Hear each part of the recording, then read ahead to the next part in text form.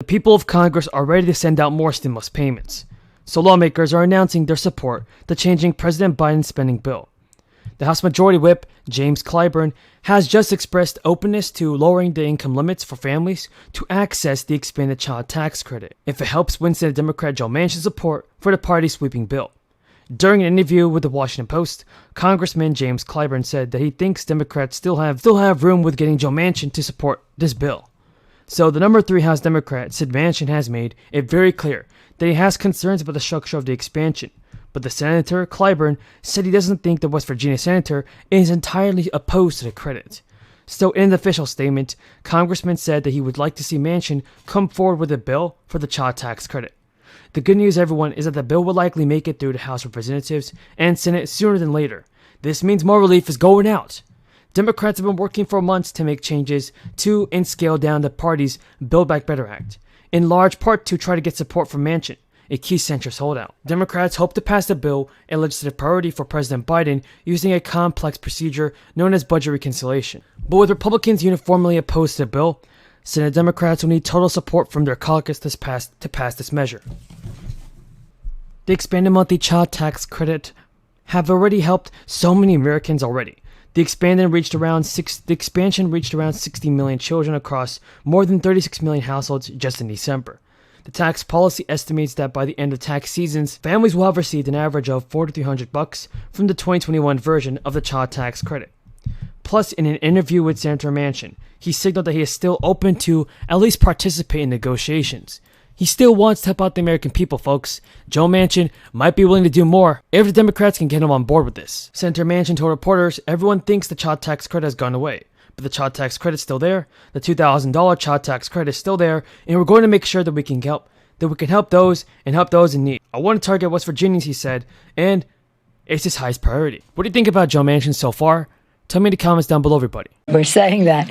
And our distinguished whip, Mr. Clyburn, talked about the 3 legs of the stool, the rescue package, the BIF, and now this bill being the infrastructure of our future. And, of course, our distinguished chair of the Ways and Means Committee. So a bipartisan group of lawmakers are discussing a new round of stimulus payments for struggling Americans and businesses, restaurants, gyms, and performance venues. Talks have been led by Senator Ben Cardin and Senator Roger Wicker. According to the Post, the two came up with an outline of a roughly $68 billion proposal over the past few weeks, and the spending would reportedly be paid through a combination of new spending. So the senators have not settled on how the money would be distributed, but lawmakers are meeting up on this and they're trying to get the job done. Everybody tell me in the comments down below who is to blame for holding back the stimulus payments, and do you believe that President Biden could do something about this? I want to know your thoughts on this. We must also face the existential threat of our time, the climate crisis, a crisis manifested in natural disasters of epic proportions. The American people understand the urgency. The people are ahead of the Congress. The Congress must join them. Results for the people, opening up opportunity and lifting up their lives. We will debate and advance good ideas no matter where they come from. And in that spirit, Democrats will be offering the Senate Republican appropriations legislation to reopen government later today. Too many families who wonder in this time of innovation and globalization we will make our community safer and keep our sacred promise to the victims and survivors and families of gun violence by passing common sense, bipartisan background check legislation. Walker Bush with eulogies, tributes, and tears. Today, and when we're talking about the Dreamers, let us remember what President Reagan said in his last speech as President of the United States. Free, a land of the brave. I now yield to my distinguished colleague from South Carolina, who counted the votes precisely. Thank you, Jim Clyburn of South Carolina. Thank you very much, Mr. Leader, Madam Speaker, and this great leadership team. Let me thank all of you for a great job well done. Last night when I spoke on this bill, I called it the third leg of a three-legged stool needed to balance not just the stool, but balance people's lives. What are we doing for the people that we serve? What are we doing for their families? And what are we doing for the communities that live in?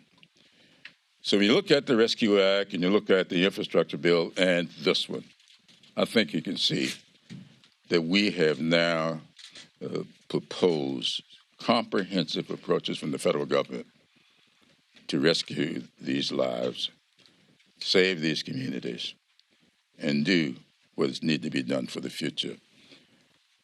I also talked last night about the fact that COVID-19 exposed some significant faults in our system that needed to be addressed.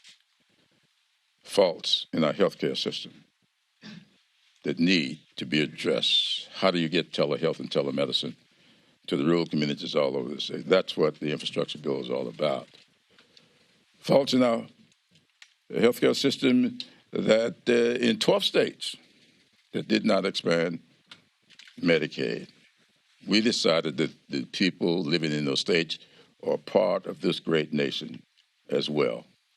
And we addressed their plight with this legislation.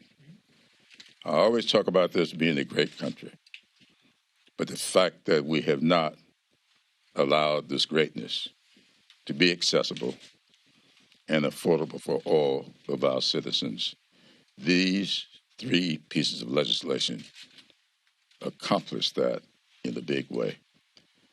And with that, I'd like to yield to our Assistant Speaker, Ms. Catherine Clark. Thank you, Mr. Clyburn. What an incredible morning. What an incredible vote. What an incredible time for the American people to be seen and heard.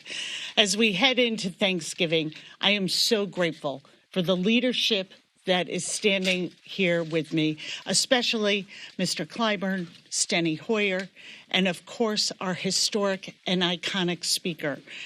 Her vision with President Biden of focusing and building on conversations with the American people, putting children and women first to make sure that we breathe life into those ideals that we talk about, liberty and justice for all.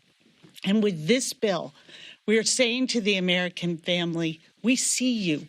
We understand those issues around your kitchen table, and we are going to send help to you, whether it's through expanded childcare, universal pre-K, that we haven't been able to pass since the Nixon administration, saying that we are going to build 1 million new affordable